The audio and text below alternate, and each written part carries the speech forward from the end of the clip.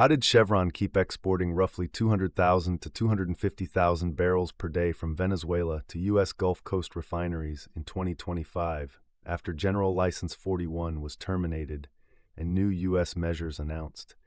And what does this carve-out reveal about the Trump administration's approach to Nicolás Maduro's oil sector? In November 2022, OFAC's General License 41 let Chevron resume limited petroleum extraction and exports from Venezuelan joint ventures restricted to the United States. General License 41 was initially set to last until the 26th of November 2023 and was then renewed administratively into 2024 and early 2025 before its termination. Separately, General License 44 broadly eased Venezuela's oil and gas sanctions from 18th of October 2023, but was revoked on the 17th of April 2024 and replaced by wind-down-only General License 44A through 31st of May 2024. Chevron's Venezuelan business centers on equity stakes in Petroboscan, Petroindependiente, Petropr, Petroindependencia, and the 60% Loran gas project. These joint ventures mainly produce heavy and extra-heavy crude in the Orinoco Belt and western Venezuelan fields, which require significant upgrading before export.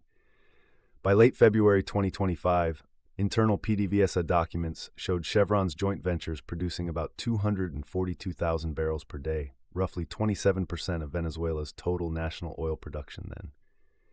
Here's the problem.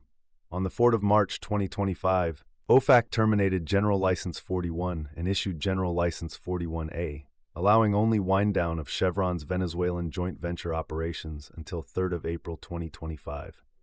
Under General License 41A, Chevron's joint ventures were barred from paying Venezuelan taxes, royalties, or PDVSA dividends and could only export crude to the United States during the wind-down. On the 24th of March 2025, OFAC replaced 41A with General License 41B, extending the wind-down authorization for Chevron's Venezuelan ventures only until 27th of May 2025. On 22nd of May 2025, Marco Rubio said the so-called Biden pro-Maduro oil license for Chevron would expire on the 27th of May 2025 and would not be renewed in its existing form. By mid-May 2025, industry reporting described Chevron's Venezuelan joint venture oil production as very low or zero as the company complied with General License 41B's wind-down.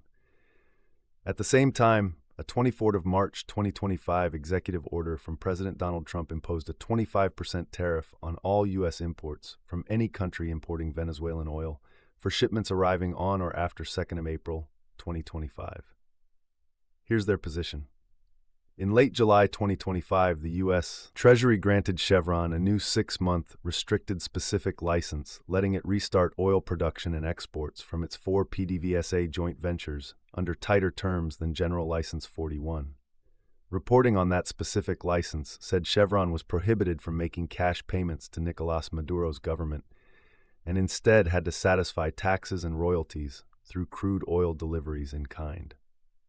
The late July 2025 specific license also restricted Venezuelan crude exports under its terms to the United States, excluding non-U.S. destinations that had been handled more flexibly under General License 41. The specific license structure required PDVSA's share of oil from the Chevron joint ventures to be marketed separately from Chevron's share, limiting PDVSA's direct access to U.S. buyers while allowing Chevron to lift its crude. Economically, other foreign oil service firms were kept constrained.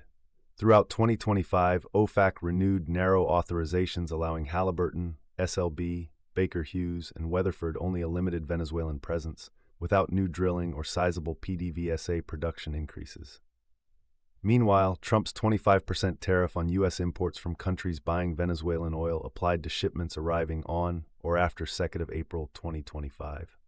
In December 2025, the Trump administration announced a maritime enforcement push described as a blockade, targeting tankers moving sanctioned Venezuelan crude, increasing legal risk for non-licensed buyers and shippers. Looking ahead, Bloomberg and others reported that Chevron's restricted specific license, first granted in late July 2025, was quietly renewed around the 12th of December 2025, allowing continued production and exports from its Venezuelan joint ventures into early 2026. By late 2025, industry estimates cited by Bloomberg put total oil output from Chevron's Venezuelan joint ventures between 200,000 and 250,000 barrels per day, after a ramp-up from mid-year lows enabled by the specific license. Of those 200,000 to 250,000 barrels per day, roughly 150,000 barrels per day were reported exported to U.S. Gulf Coast refineries, with the balance allocated to PDVSA's domestic and other obligations. Analysts cited by Energy Analytics Institute estimated that by late 2025, Chevron's joint ventures accounted for roughly one-third of Venezuela's national oil production and about one-quarter of the country's total crude exports. Under the restricted specific license regime in 2025, Chevron's Venezuelan crude exports were one of the only Venezuelan oil flows consistently reaching U.S. refiners under a clear, formal U.S. sanctions authorization. The trade-off?